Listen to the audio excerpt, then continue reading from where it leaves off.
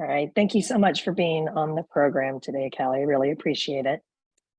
Well, it's a pleasure to be here. I appreciate you helping me get my message out so that I can help other parents learn what I didn't know at the time. And I can hopefully be a voice for them when their children are younger, and be able to get some treatment.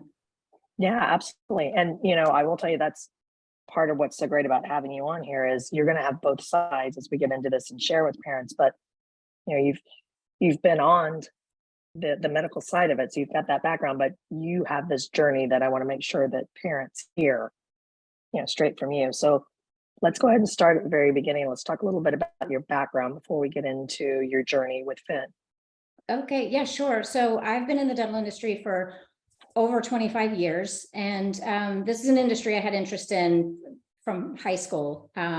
But before college, I worked for a dentist. I was an assistant, and I just really loved the field. But going through college, for me, the business school was a much better fit than going through the science school. So I ended up on the business side of things, which was absolutely a fun side of the industry, I have to say, because for 10 years, I was able to learn and talk to dentists about materials and learn how teeth, how the restorative process and all of that. But after 10 years, I was starting with Invisalign, and they were still in their somewhat of a startup phase. And so what was happening is the general dentists were starting to notice or starting to implement orthodontics in their own practice. And I found that a lot of the GPs that were trying to implement it were looking at it from the perspective of straight teeth. And I had this one dentist that stood out, and I approached him and I said, would you mind pulling some cases together? I'll do all the work. I'll bring some doctors in and we'll do a study club, but bring your cases, I'll write the presentations, and we will present what you're seeing, because the message that he presented was more of a multidisciplinary, how to implement orthodontics into a general dentist practice so that the general dentist is able to upright the teeth or put the teeth in the right spot before restoring them. And that was such a great message, because instead of, if you have a tooth breaking down, you want to be able to figure out what's the root cause of it breaking down, and then put the teeth in the right spot, because the breakdown in a lot of cases, and what we found a lot of times, because the teeth would be tipped in. We weren't asking why they're tipped in. We would just see a lot of tipped in teeth and V-shaped arches. And when you're treating with aligners, or there's a lot of other devices, I'm not specifically saying aligners are the only way, but what I'm saying is that when you can upright those teeth and put them in the right spot, then your teeth come together in a way that fit together properly. You have a proper bite, and then you can restore the teeth to that bite.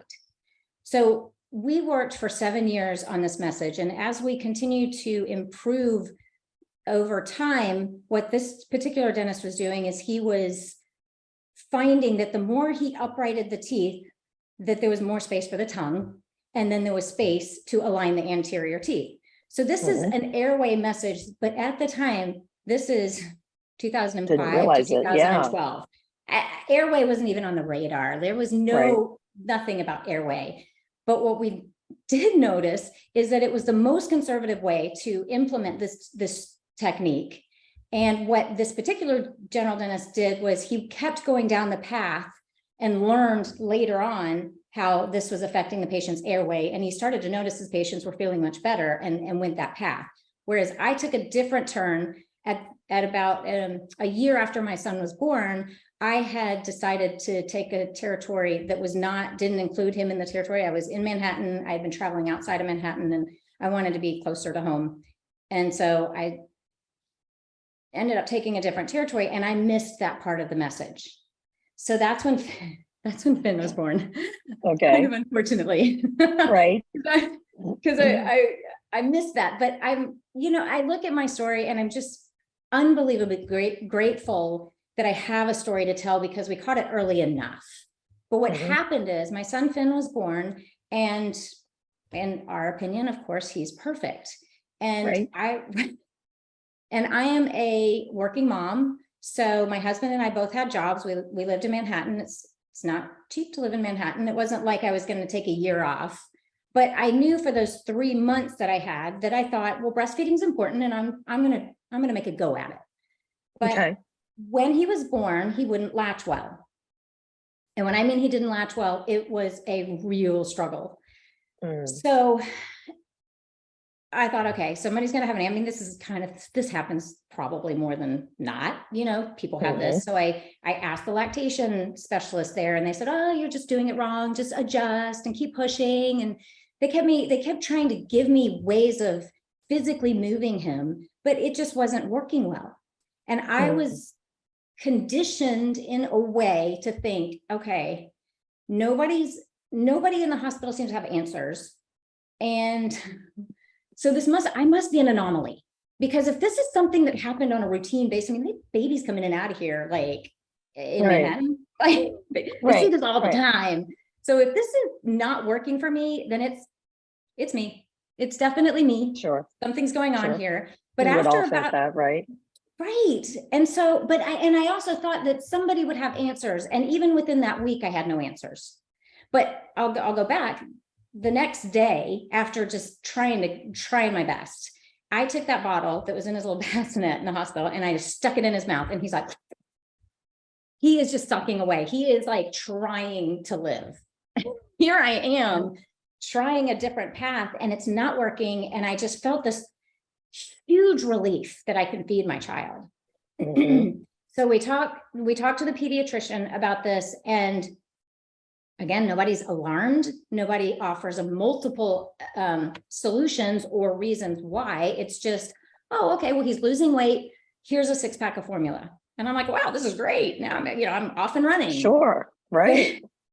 But at the same time, I was like, I bet you if I stick with this, it's going to work. So I'm trying to nurse him at home, and I'm pumping in between that. Not much is happening there either. So I was like, it is definitely me. But I really went at this for like 2 months. Meanwhile, I'm also supplementing with formula. So this is kind of my 2 months with Finn. And he started to gain weight. He was fine, but he needed the supplement of the formula. And okay, so after about 2 months, I just said, we're not getting very far. Let's just go straight to that. And that's where we went. Yeah. So what I will say about that is that when I look back, and I'm going to go back to when I was doing these presentations with this GP in upstate New York, where we started to see all these teeth that were tipped lingually. What I found out later is that the reason these teeth get tipped in lingually is because there's nothing to keep them from tipping in.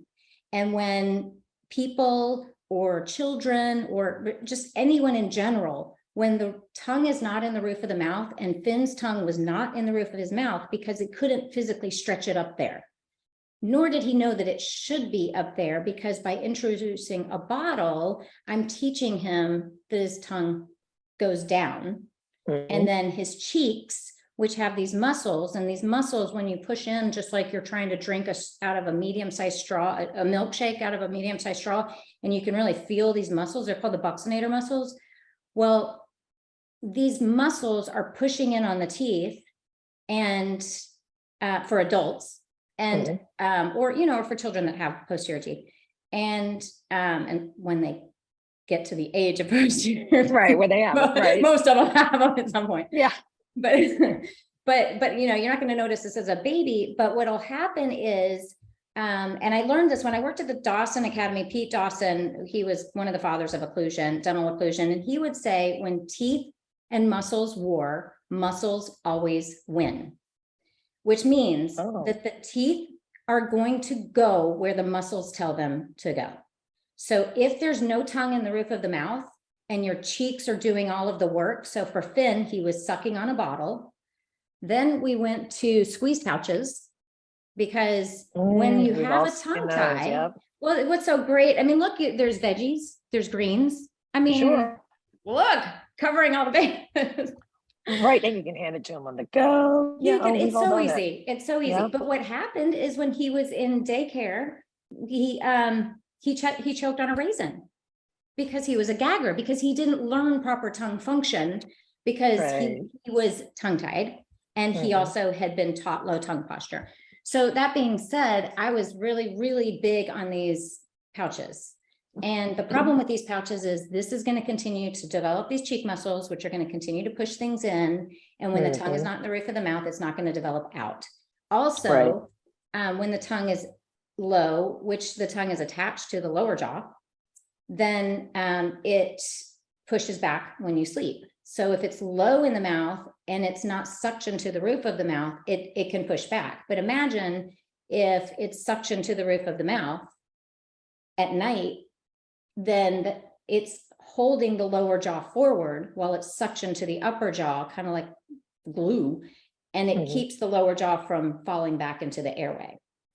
So not only was the tongue tie a problem for not being able to feed or breastfeed, it was a problem because he had a recessed chin. And my husband's asked the doctors, why is his chin so far back? And they're like, oh, well, that's normal. It'll come in.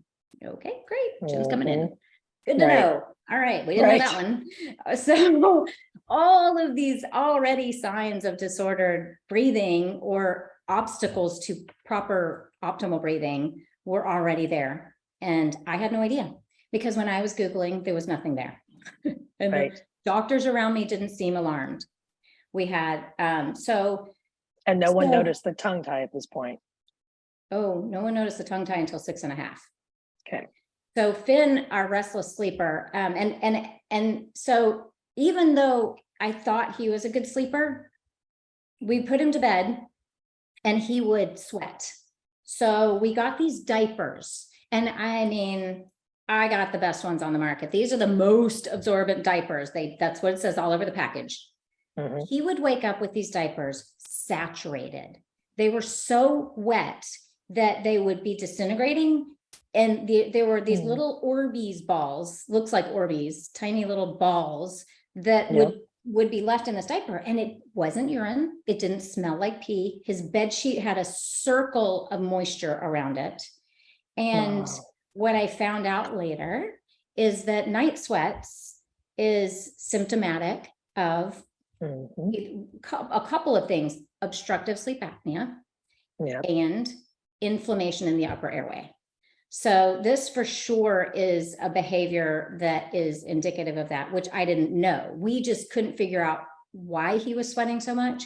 And so he got to a point where he didn't sleep well, laying on his, did you put him on the stomach? Or I don't remember what we did, but when we would try and put him to bed, he wouldn't lay down flat very easily. He wasn't arching his back. He wasn't doing anything that would make us go, wow, that's something we need to get checked out. He just wouldn't sleep, but he would sleep okay if we put him in his little bouncy seat. There's these little inclined sleepers that you can put on the floor and you can bounce on.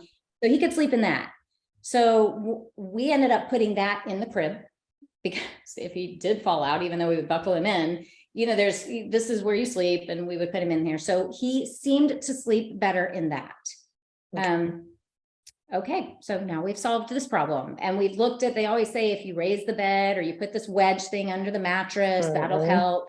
But I think in all of these situations, what you're trying to do is you're trying to accommodate an airway that keeps getting blocked off. And what we know is that children are more sensitive to the airway closing off versus an adult. So an adult can stop breathing for 10 seconds and have tolerance for that. But a child will come as that airway starts to close off, it will move them, and their body will continually stay in these lighter levels of sleep, which keeps them from getting to the deeper levels of sleep, which we now know is, what I know is where you get your emotional regulation, your ability to focus, your ability to develop muscle, and the hormones that come in that tell you to shut off the waterworks. So if he was a bedwetter, and that may or may not contribute to his sweating, but all of those, when you don't get enough of that hormone in that deeper level of sleep, then you see all of the symptoms that we saw. So yeah, he was also he was what we called all boy, lots of energy, which we thought, this is great. We love having a boy. This is good. But he could spend an entire day in a New York City park, the entire day, without running out of energy. And that's that's pretty alarming. You know, there should be these levels where you kind of need some downtime and all of that, but he didn't need that much. So my husband and I would kind of trade off. I'd have my morning coffee and he'd take him to the park, and then he'd come back and I would bring lunch, and then we would do these trade-off things, but he had a lot of energy. So we didn't think that was that big of a deal. We just, you know, great, we're outside. It's nice to be outside in Manhattan because your apartments aren't usually that big. So it was good. But again, that is another sign of disordered breathing and not being able to get proper sleep. So he's got the extended levels of cortisol that have just been coursing through his body. He's been in fight or flight his whole night, constantly trying to stay alive. So we had that issue, which didn't seem to be an issue until we got into pre-K. So when we got into the pre-K program, in New York, they had this, sometimes you have waiting lists to get into the pre-K program. They just introduced them, and the school that was a block away from us, we got into a program that was an hour away. We're like, just put us on the list for the one down the street, because 2 hours, 2 hour commute to get your child to school was just not, it was just not there's a lot. Yeah. So we decided to wait, and by waiting, after about maybe, I don't know, mid-year, they had a position. So they had a spot that opened up, someone moved. And so he went there, and the teacher started to notice that not only was this all boy excessive energy,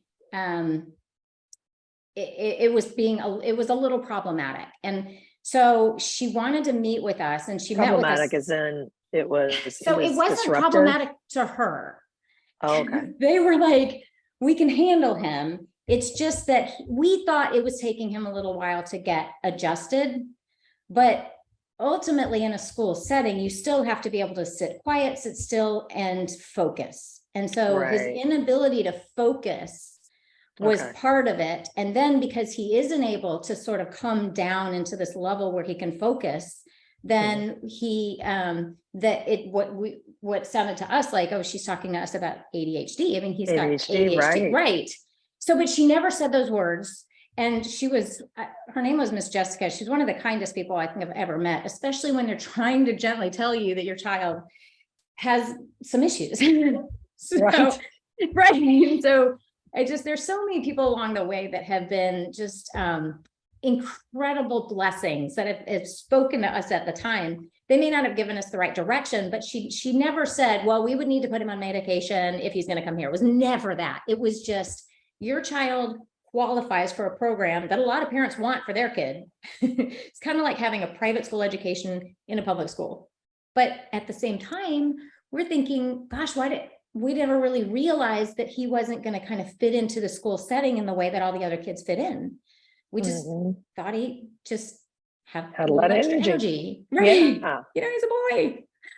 And believe me, we are the parents that have learned a lot. We didn't know much going in. We kind of just figured we'd wing it. And that was, maybe we should have read some more books. Maybe we should have had some lactation specialists on hand. You know, I would say, if you're going to go and have a baby for the first time, maybe I would take a couple of those breathing classes, because I figured, oh, I can do that. But how hard can it be? Well, that would have been helpful. And actually learning about breastfeeding before it happens, so you can get ahead of it. So when did this kind of watershed, this aha moment happen when you realize what's going on with Finn? Okay, so this is where another sort of crazy thing happened. We decided, okay, that summer, and we decided, the teacher had told us that he would qualify for this program, and she would go to bat for him to be in it. So we thought, and she said there's a lot of people that request it, but their kids don't qualify, and ours did. So we thought, okay, we went away that summer to visit some family near a beach, and we were at the beach, and we're like, you know what? Maybe we'll just leave Manhattan. Maybe it's just not the right space for him, and maybe it's just time to go somewhere else. So we ended up moving to Florida, and we found a nice little school, and we thought maybe that's just going to be better for him. And meanwhile, the other symptoms that he had constant congestion. He would clear his throat every couple of minutes, if not every minute. And we were asking around for that. He didn't have enlarged tonsils or adenoids. They scoped him. That wasn't a problem. And they had also had us keep a diary of his diet, but nothing came up on that, or to do some food elimination. Now, what I will tell you is that the dairy issue, we had started to go top heavy in dairy, because not only were we doing the squeeze pouches because of his potential gagging issue, we were also, it's also easy to give him these yogurt packs. Yeah, and cheese sticks and all these easy things that we're thinking, oh, he's getting protein. This is great. Exactly. And the doctor wants to give him dairy, so he's building bone. Meanwhile, he's not building bone and muscle as much, or at least muscle, because he's not in the third level of sleep at night. That's right. Exactly. So that's when those hormones come out. He's also not the tallest kid in the class. He's more, if you lined him up by size, he's closer to the front. He had venous pooling. So that's another indicator, because if your maxilla, your upper bone, isn't moving forward because your tongue isn't pushing on that bone.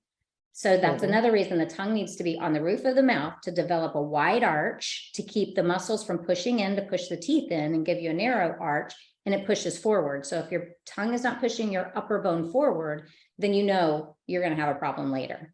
So that was another indicator that we obviously didn't pick up on at the time. So we decide we are going to move. We moved to Florida, and to do this, we need to quit our jobs. So we quit our jobs. Right. We moved to Florida. Okay, great. And so I was spending a lot of time on LinkedIn. And one night, and this is still probably maybe 6 or 7 months in to our move, still no answers. Again, I don't know if I mentioned this, but he woke up on average 3 times a night. He would wake up and call for me. And I've always been the type that I can wake up, I can help him and go back to sleep. And so obviously that fragmented sleep for me was not ideal, but it wasn't as big of a deal as it would be for some people that can't get to sleep, because fragmented sleep is a very big deal. But that said, he would wake up, but the hard part is he's frustrated. So is he frustrated because he can't breathe? Because we could hear noisy breathing. We knew something was going on with the congestion. Or did he have a nightmare and he couldn't articulate it? He was just frustrated. And I would just sit with him, help him get back to sleep. And then it wouldn't be too long before he'd be awake again, but he wanted to sleep, and his whole little body knew he needed this. And I had no answers. I mean, none. Which, as a parent, I mean, that's. Oh my gosh. Yeah. And so, and even learning to ride a bike, we were at the stage where he would try to learn a bike, but it took a while. And what I learned later is that when you don't get to the deeper sleep, the information you learn that day, all of that is worked through in your deeper levels of sleep. So if you learn to ride a bike, you can get the motion, the pedal motion, but if you go to sleep and sleep specialists are gonna be able to tell you this way better than I am, like describe how this works. But what I do know is that it translates that day learning, and it puts it what I call little files. So it's sort of like it takes all of the information you learn, and then it goes into your little brain section where it pulls out the filing cabinet and sticks it all in the files. And then you're like, okay, I'm all organized. My desk is nice and neat, and I can start my new day. But for Finn, not getting to those other levels, he's just piling it on his desk. And then new information just piles on his desk, and there's nowhere to reference it because it's all there. It's all messy. And he would put a link, by the way. We've got an episode with Dr. David McIntosh. He does a beautiful job explaining that. So I'll include that in here, so it makes a little more sense for people. That would be great, because there's so many specialists that can explain all of this. I just experienced it. So so all these little things. And also we were going to OT, occupational therapy, for low tone because he wasn't getting that muscle development. So this is another thing we were doing. We enrolled him in gymnastics, and he was learning how to build up his muscles. But it was all in many ways because he wasn't getting the muscle development that he would get in that deeper level of sleep. And still no one noticed the tongue tie. No one had talked about how he was sleeping. None of that had been brought up yet. Okay. We're now at 5.5 years old, or actually 6 years old at this point. And I am, I'm online looking, and it's kind of late at night. I'm I'm looking through LinkedIn, still trying to find a job. So I would say maybe find a job before you move, but anyway, but it was fine. It was a nice break that we had. And I had some people that were like, just wait, we're going to have an opening. But what happened was I'm looking on LinkedIn and this post comes up from this orthodontist clear across the country in California. Never heard of him, have no idea how I'm connected with him on LinkedIn, because I had really never spent a ton of time on LinkedIn before this. And this post has, if your child, and I literally cannot talk through this without getting emotional, because it's sort of like when people say, you know, when Elvis died, you remember that moment? Yep. When Princess Diana died, you know where you were. Right. I tell you, this moment was it for me. I think if your child has these behaviors and these signs and symptoms, and I got to reach out and find out that exact what it said, but it described my son to a T. The restless sleeping, the hyperactivity, the chronic congestion. I really literally can't tell you what it said, but it was him. And I was sitting there going, oh my gosh. So I'm like, I think this has got to be it. So, but of course I don't know this doctor. I mean, I've never met him, and I don't know why I have this post. I don't know how I'm connected. But what it turns out that he said in the post, it says, then you should look at his sleep and breathing. Could be sleep disordered breathing. So I thought, okay, wow. Well, I wonder if anybody at the ADA, it's coming up in a couple of months in Atlanta, and I wonder if anybody's speaking on this. So I type in ADA meeting, sleep, and there's one speaker, one presentation by the guy I had just spent 7 years doing presentations with for aligners. That guy was speaking on this topic. And I'm like, how did I miss this? But at the same time, I'm just so freaking grateful, because I'm like, okay, I'm going to call him. So I call him the next day, because I think this was in the middle of the night when I saw this post. And I call him the next day and I say, hey, this is what's going on with Finn. This is, oh yeah, that's definitely disordered breathing. We need to take a look at him. And I was like, you know, like the heavens opened up, the light bulb, a very, very, very big light bulb was over my brain. And I was like, okay. So I go to the ADA and I learn as much as I can about this. I learned that myofunctional therapy is going to be necessary. I get him evaluated for a tongue tie, which obviously he had. Obviously, yeah. And so we get the tongue release, and my husband and I got our tongue released at the same time. Because it's in families a lot of times. Yes, it right? is. So not shocking that we both had this issue. And then I started his myofunctional therapy. So at the time, Zoom was not popular. Skype was, you could Skype with people, but there were no myofunctional therapists in Manhattan that I knew of. So with my background, I said, well, I could take the course. I mean, I know about this. So I went ahead and took the myofunctional therapy 4-day course and learned how to do these exercises with him. And so we would do exercises in the car. We would do them on the way to school. And then for about a month and a month after his frenectomy, and it was a frenectomy at the time because people weren't doing the frenuloplasty that they do now, but which is the doggy train technique, where it's a combination of laser and a little bit of sutures if necessary, so you don't have as much scarring. So, but at the same time, in both cases, you really need to do myofunctional therapy to train the tongue. So the tongue needs to be able to stay up on the roof of the mouth, suctioned during the procedure. So if the tongue can't stay up there to some degree, and that doesn't mean it's always going to, but in his case, his palate wasn't so high. He wasn't really a thumb sucker, and he didn't have a really high palate then. Whereas sometimes, I know in Savvy's case, she was born with a high palate. With that, that high arch, Right. And that can also, as can push into when you do have a thumb sucker, or you are not able to reach the roof of the mouth with the tongue, it pushes into the nasal cavity and can create more of an obstruction. So, but what we found once he was, the tongue tie was identified, and the other big indicator was the mouth breathing. So he was a mouth breather from birth, because I had taught him by separating his by keeping his tongue low in his mouth, that with the bottle feeding, that he learned sort of that low mouth tongue posture that helped it make it easier to breathe through his mouth. And also, it can also just happen when a kid gets a cold and then they just default to the mouth breathing and it becomes a habitual thing. Right. So, but he did have constant congestion. He had a lot of inflammation, but also what's been found is that mouth breathing is one of the biggest problems in creating congestion in the nose. So when you're mouth breathing, you're creating that localized inflammation. That doesn't always mean it's creating, it's enlarging the tonsils or the adenoids, but it can, because the tonsils and adenoids are lymph tissue and they collect the gunk coming in. Whereas the nose has a different pathway. So the nose will, it cleans it. hairs, it will, it'll clean it. And then you have the nitric oxide that is actually an antibacterial and antiviral. So it's going to keep a lot of that, the bacteria and the gunk out as well. So you've got two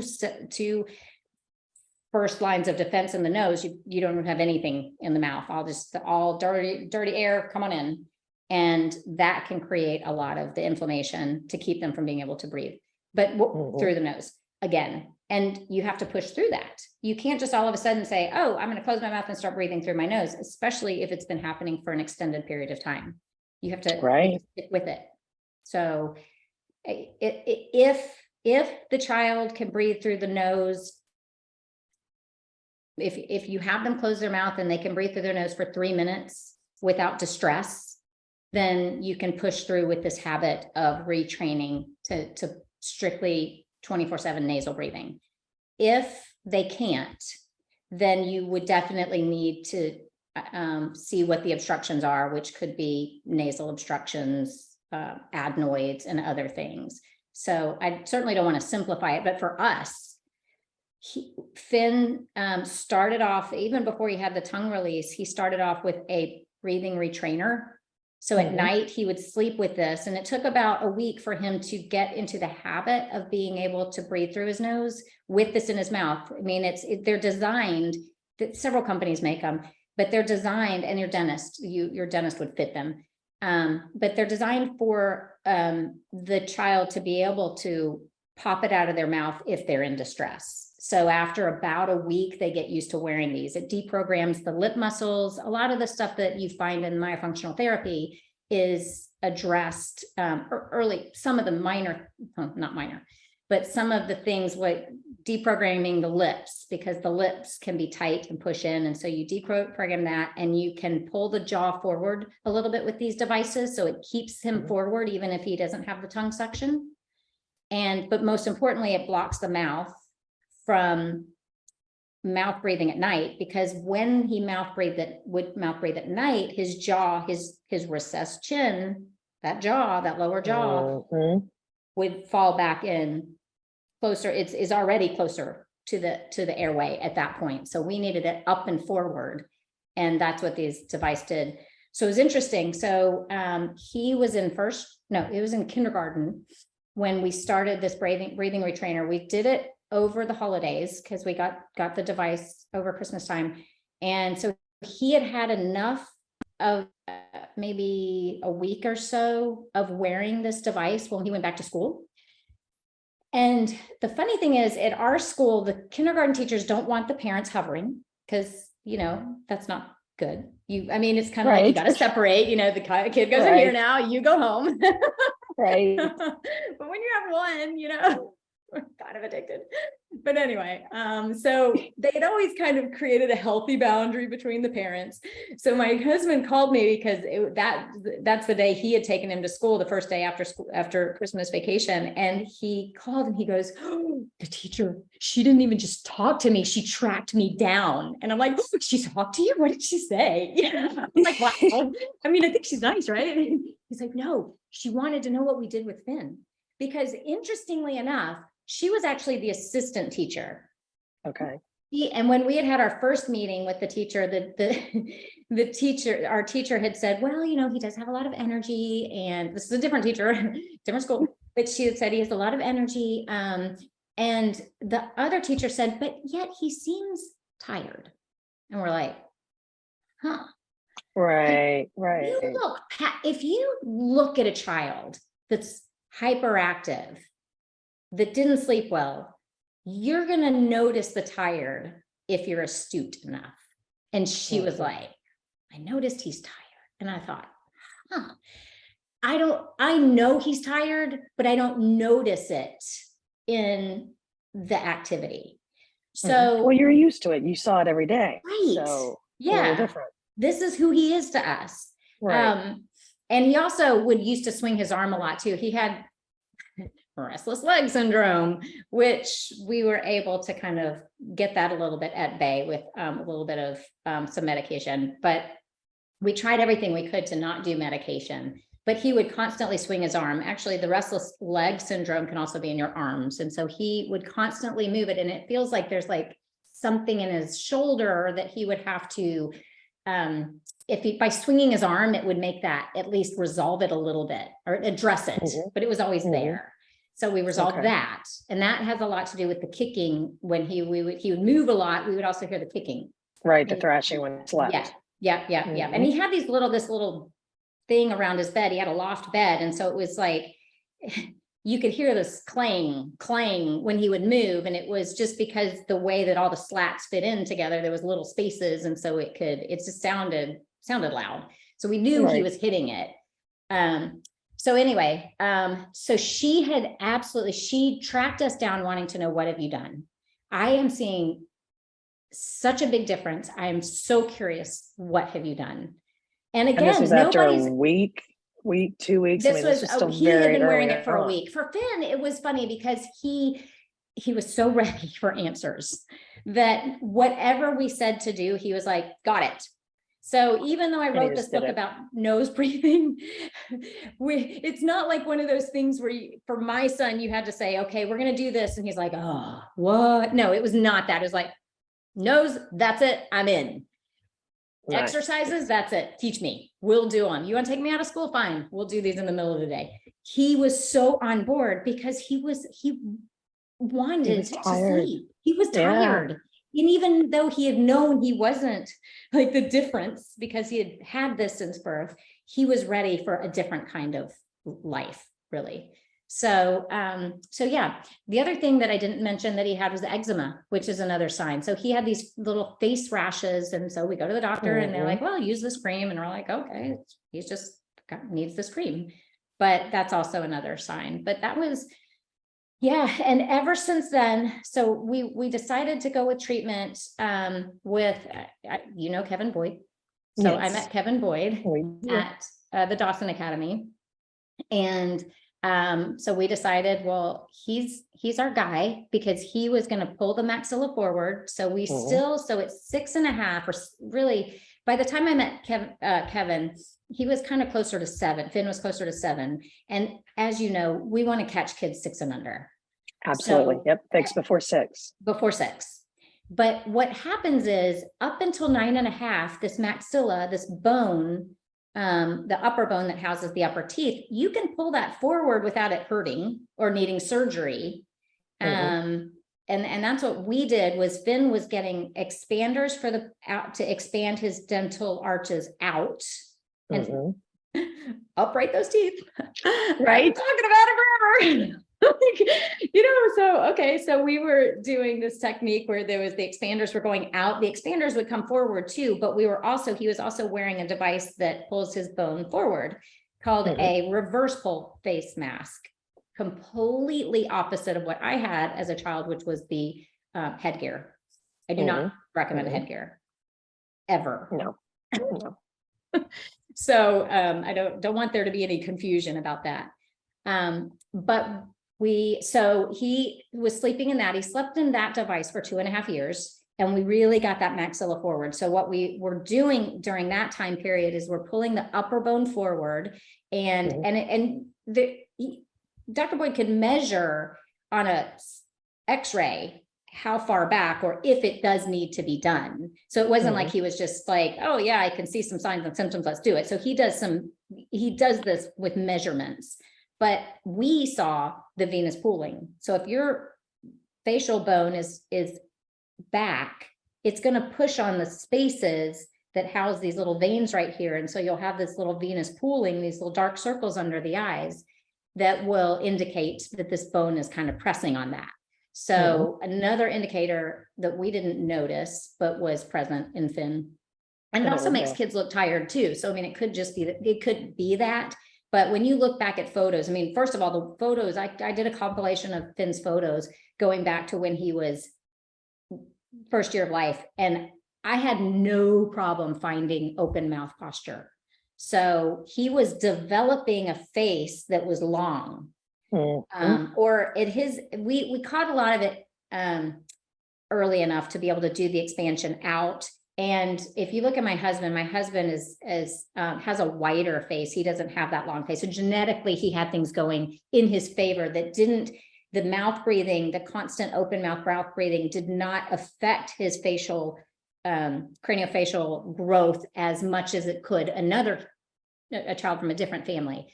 But we also caught it early enough to be able to, while his face is growing, we were able to do that and pull the upper bone forward. And so we even have on our website or our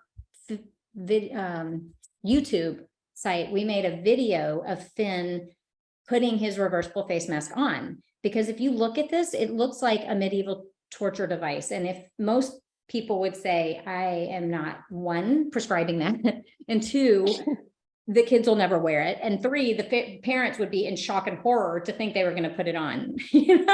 But, right. But for me, we're in. I'm like, what does it look like? Great, let's do it. And so he put it on, and but he's joking around in this video, and it's so disarming. But it was because it's important for, in my opinion, for littles to see other littles doing something that they're being asked to do. So, Agreed. I mean, we tell them as parents all day long what to do. And I mean, at this point, they just tune you out because it's like, but really, when you have other kids, and so Finn also learned how to do the saline nasal rinse up and through his nose. Not a big deal. This is going to help me sleep better. I'm in. So, and you've got a link to that, and I'll put all these, by the way, links to all of these. Thanks. Been doing things. Yeah, we'll put that in the show notes. Well, so the whole reason that we put all of these things together was because when it is so visceral that you can't find this content, and then it's extremely just almost shocks your soul when you do find the answer. Like, from Bill Hang's post, and really it was probably either Debbie Hang, who is this equal force behind what they're doing out in California at with Face First. I can't remember what their organization is, what they call it, but it's Echo is what they're teaching. Yeah, we'll put a link to Dr. Hang as well. But the cool thing is I also met Peter Beckwith, who's been working with him on his social media. And I was like, you might be the guy. So I got to put it out there. I mean, all of these people had no idea all the way across the country. They're changing my kid's life and changing our life in the process. Because when you have a child that's struggling and you don't know how to help them, you feel so helpless. And you're supposed to be the parent that has answers. And I didn't have the answers. So we got in, so he put these videos together for some of them, the one for the nasal rinse, we did that for his buddy, because we were trying to get him to get on board with it too. Cause all we do is talk about this stuff in playgrounds, and I hand out breathe right strips nonstop. Finn wears a breathe right strip every night. And we're still trying to get some more lateral expansion with him. Because in our case, with going to Chicago for our treatments, sometimes when the device doesn't fit as well and you're not getting as much of the expansion that you need, then it wasn't that he wasn't wearing it as much, it just wasn't a good fit. So we've now gone and you can't just run right back and readjust it. You've got time. Yeah. So, and that's what's so great is that by all of these organizations who are teaching dentists how to do these, I've now got a local doctor who is doing airway, sleep and breathing, Zoggy trained frenuloplasties and all of that stuff. And she's just the most wonderful person, Dr. D. And so it's nice to have somebody local that we can refer to. Instead of saying, well, we go to Chicago, Right, Now, right. I should also preface that with, we've also not gone on a lot of vacations over the last, so it's not like I'm just telling everybody, look, you should just have enough money to fly to Chicago. It's a sacrifice that we've made, but there is, for me, I happily sacrifice a vacation Of course. for this. Yeah. So, and Dr. Boyd's office is amazing. They usually accommodate Wednesdays or cheaper flight days. So we fly up, see him, and then we fly back, and we've got a little restaurant that we go to. We've got a little process. But Right. Just make a day of it. Yeah. Yeah. So this is what has led to your book that you wrote, The Very Stuffy Nose. Yeah. Yeah. So The Very Stuffy Nose was one of those things, because not only was it memorable that mouth breathing in Finn needed to be a nose breather. So if you have that mouth breathing posture, your whole face can grow longer and your chin can grow down and back. And I'll show you, I've got the book right here. So this is the book, but what's important about it is that my illustrator spent hours helping me hone in on the facial posture of a child that is mouth breathing versus a child that's nose breathing. So this is a story of Finn. He gets a stuffy nose. He realizes he gets a cold and he gets a stuffy nose. And then he realizes if he opens his mouth, he can get all this air in, and this is great. Right. So after his cold, he just keeps breathing through his mouth, because why not? It's big, it's wide, I can fit lots of air inside. And so he is now a mouth breather, and he notices that he can't smell anything. And after a while, he notices that this stuffy nose has just not gone away. So he sits and he thinks, and this is on the page where he sits and he thinks. What you'll see here is that you have a chin that is down and back. And what you may not notice, but a dental trained person will notice that there's some venous pooling under those eyes. And when the venous pooling, when that bone is back, it's going to push on that bone, that maxilla, and it's going to cause you to see the whites of the eyes underneath the colored part of the eye. So my illustrator did a really good job of differentiating between that. And we tried to do the same thing here on this page, where we're showing the difference between the mouth breathing and the nose breathing face. So the one up top, the one in the cloud. This is when he remembers, wow, I used to be able to smell things and now I can't. Wonder why that is. And then the one down below, but his chin is not as down and back as it is in the other one. So I kind of like to show that. And then we have, in pretty much any mouth breathing pictures, he's got a low tongue posture. So low tongue posture, venous pooling, all these little things that a dental professional or a treatment coordinator could be able to show a kid and say, or show mom, dad, caregiver, this is what, or teachers, because my heart is really in teaching teachers, because teachers have a huge opportunity if they can just help kids understand at 2 and in second grade and third grade, that if they practice some breathing exercises in their class, they can actually teach kids how to nasal breathe. And they can teach them how to bring down the anxiety that someone feels when they're over breathing from maybe a conflict with another kid, or a quiz that they don't feel like they're ready for, or just anything, maybe standing up in front of class and having to say something. So to me, I think that's where it's just a general lack of knowledge that mouth breathing is harmful.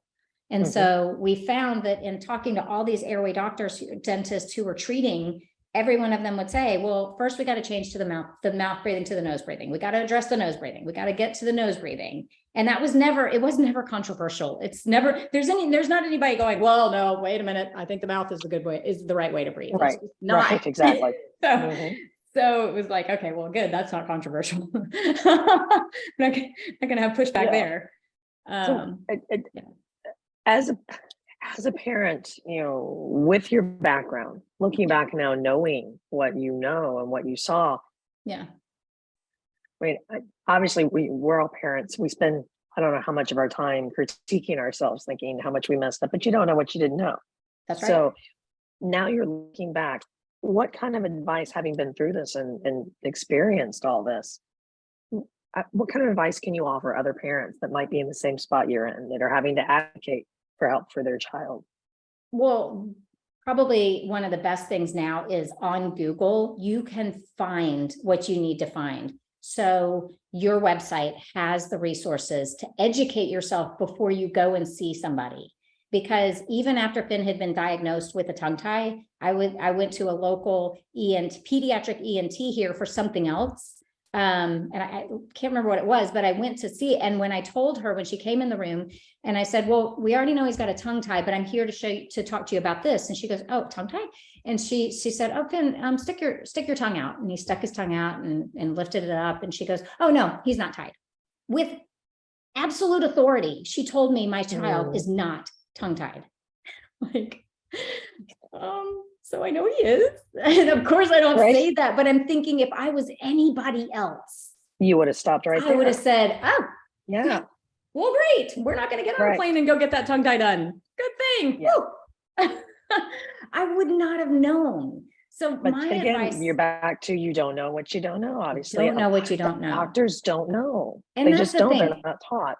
And it's not, I don't hold a grudge against anybody that didn't know this. I just would say, as a parent, there are things out there that there are sources and sites. So your site being one of them, we created the Super Breathers site because for so long I would stand in a playground and I would tell a parent, well, Google this. Oh, and Google this. Oh, and read this book. Oh, but you should do this other thing first. And so I put all of this stuff on Facebook. So I said, all right, I'm just going to put it all on Facebook. And then what happened is my Facebook page got so messy that I would be like, well, wait, go watch this Finding Conrad Egan video or go do this. And I was like, well, they're not gonna be able to find any of this information. So we also decided that we now have the responsibility of being able to provide information and direct anyone that reads the book that isn't in a dental office, that just happens to find it. It's in our local library. LinkedIn, I had a popular post about it, so people might buy it. And now where are they going to find information? So now we have a site that explains a little bit about breathing and our story, and then provides sources of where, oh, hi, kitty. Yeah, there's a lot of great info, and I will include the link to that as well, because you've got some great info. You actually had a couple of books that I haven't read and have since read because they were on there. So we absolutely want to make sure we share that as well. Yep. Yeah. And I think what's so great is that I just knew I couldn't find this information as a parent. And so I just couldn't be, the responsibility was on me to say, I am going to be that voice. And I'm the voice for the parent, but I'm the voice for that little person. And to be able to offer hope to those parents and be able to direct those parents to get that person as early as possible. So when people reach out to me, I'm just going to help you, and I'm going to sort of fill in the gaps, and then I'm going to send you to the professional. Like, you can talk to Kevin Boyd and he can rattle off all the studies. You can listen to Patrick McKeown and he knows the studies. Well, I've read them, but I can't always source them. And so there's a community, but what I would say is probably the most important thing is there is not necessarily going to be an airway minded dentist in your area that's going to be able to help you. So you're going to likely have to travel some distance to find them, and be okay with that, because you can't, and just like Savvy's story, if you find out too late, then there's certain things you can't go back and do that aren't surgical. So I would say take it very seriously as early as you can, and then make a couple of trips and know that some of these airway doctors will work with you, and also let them start there.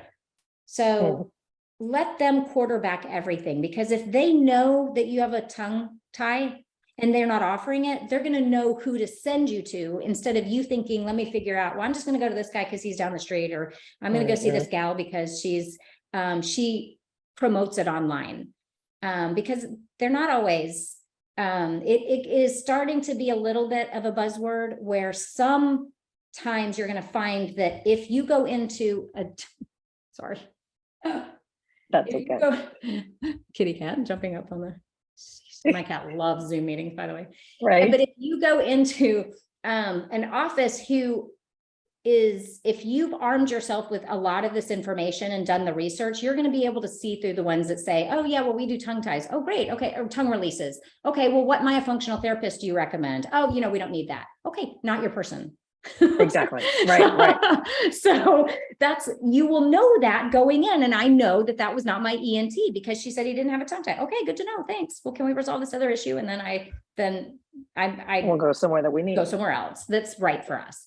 So right. I would just say that there's enough research out there for you to find out, or if not, then reach out to those of us who can help you. I mean, I'm never going to turn down a conversation with somebody that just says, look, you're the only person I found.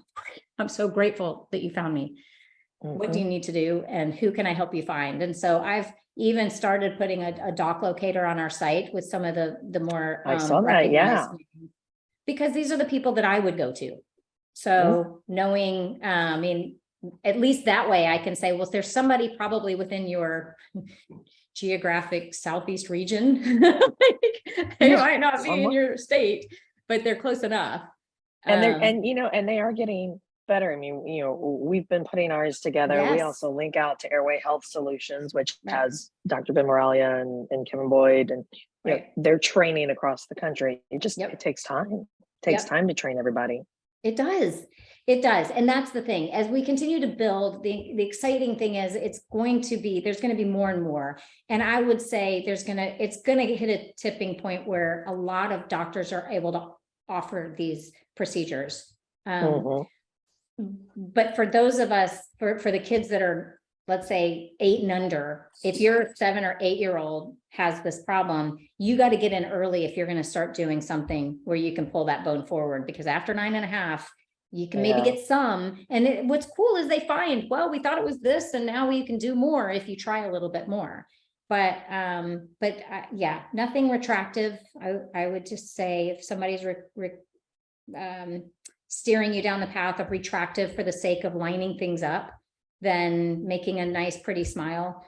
I wouldn't have anyone take any teeth out of my son's mouth or even retract. I would just say, we're going to either do some restorative stuff, or you're just going to be healthy and have spaces.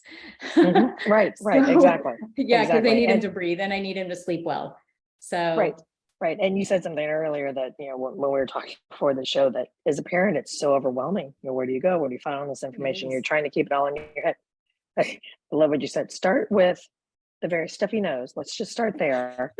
And then when you're ready and you're not so overwhelmed anymore, let's move into, James Nash. Let's move into the heavy hitters at that point.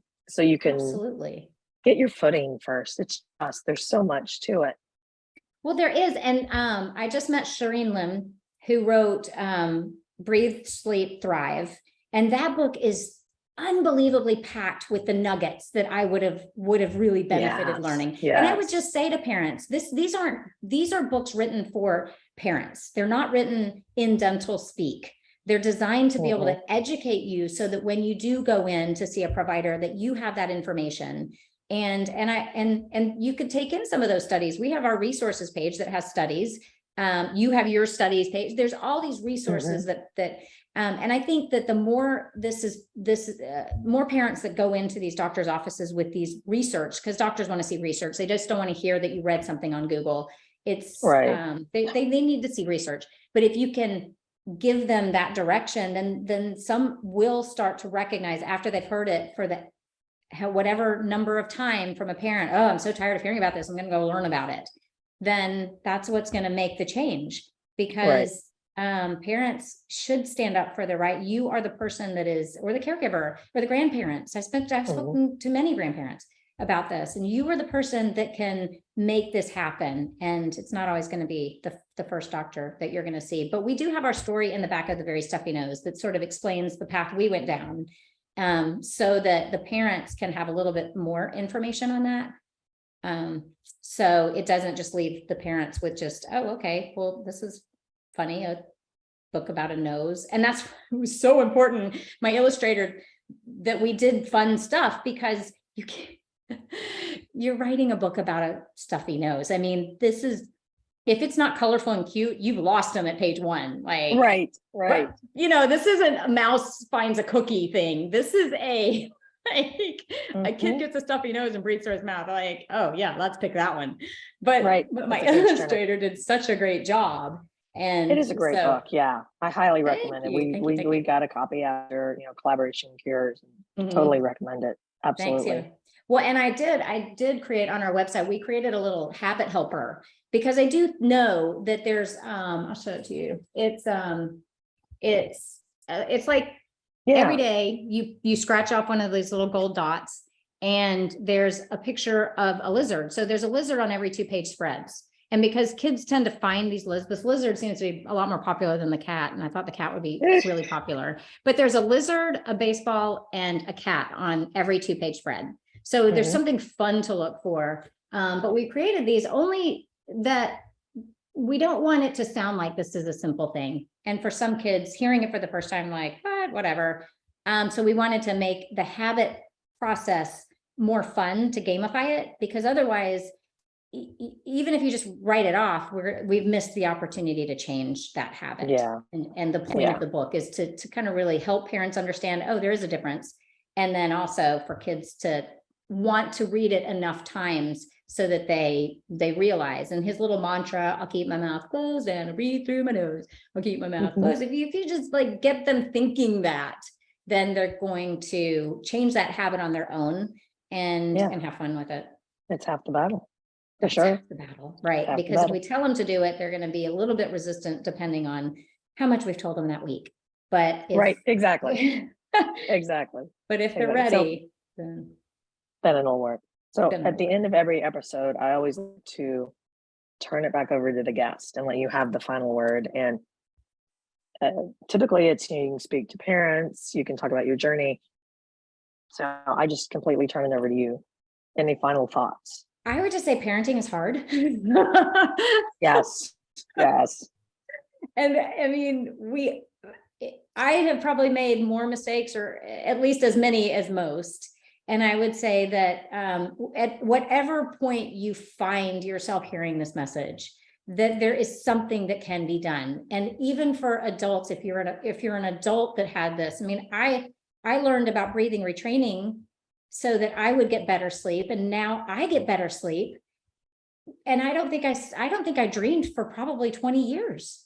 But now I use a breathe right strip. I do the mouth taping, which is starting to build in its popularity, but you've got to keep that mouth closed so that it doesn't interfere with getting into those deeper levels of sleep. And there was an article in Vogue, which is very helpful, because there was an article where the writer is a Vogue writer, and she was just like, oh, I was horrified that, to hear that my husband was telling people we were doing this. But then she was like, but it's important for parents to understand that if they're a mouth breather too, this isn't just for kids. This message is for everybody. And there are procedures, and they're not always maxillomandibular surgery. There are ways where an adult can be expanded out. So a lot of really cool things are happening that can help everybody. So this isn't just a child issue. It's just that when things are movable at those younger ages, and you can really develop a face that breathes well, then they're off and running. But if parents have had these issues too, or you're hearing this and your child is older, you're not out of luck. You still have something. Don't wait, or don't just turn away and say, oh, well, he's 10, so I guess I'll just, give up. That's not at all the message. There are things being done for all ages. It's just ideal if you can catch it early, and don't beat up on yourself, because we all are learning. Yep. We're all doing the best we can. We're just doing the best we can. Absolutely. Well, thank you so much for coming on today and sharing your journey, and all the best to Finn as well. Well, thank you for all that you're doing, because it is, had I come across your site, boy, would my life have been different. And there's plenty of people that their lives are different because of what you guys are doing. So I'm super grateful for you guys. Thank you. Okay.